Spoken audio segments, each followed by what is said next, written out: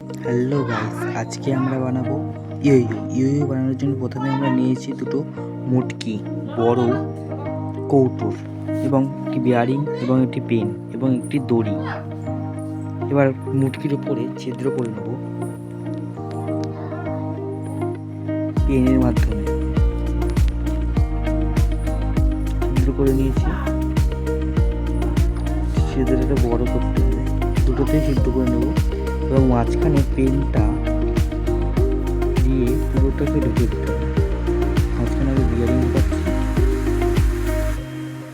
আঠা দিয়ে আটকাতে হবে বিয়ারিংটা যাতে খুলে না যায়।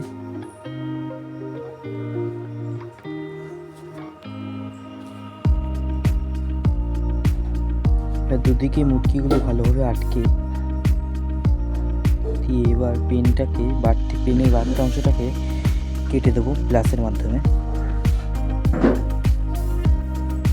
এবং আঠা দিয়ে ওটাকে আটকে দেবো যাতে টাইট হয়। বিয়ারিংটা আটকে যাচ্ছে নাকি তাই দেখছিলাম আঠা দিয়ে, না আটকায়নি, ঠিকই আছে। এবার দড়িটাও বিয়ারিংয়ের সঙ্গে আটকে দেবো।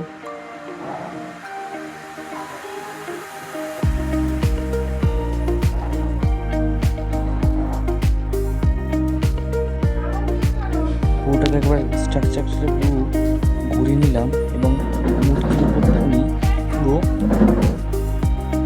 আঠাতে আটকে দিচ্ছি। সিমেন্ট এবং নাট দিয়ে ভালোভাবে শক্ত করে আটকে দেবো যাতে ভারী হয়। ভারী না হলে কিন্তু আমাদের ইয়োটা চলবে না।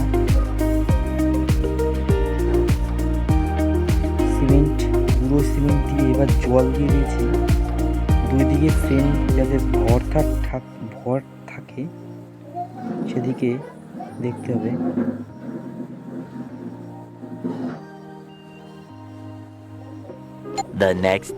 পরের দিন শক্ত হয়ে গেছে জিনিসটা, দেখতে পাচ্ছেন আপনারা, ভিতরে নাটটাও শক্ত হয়ে গেছে আর নড়ছে না।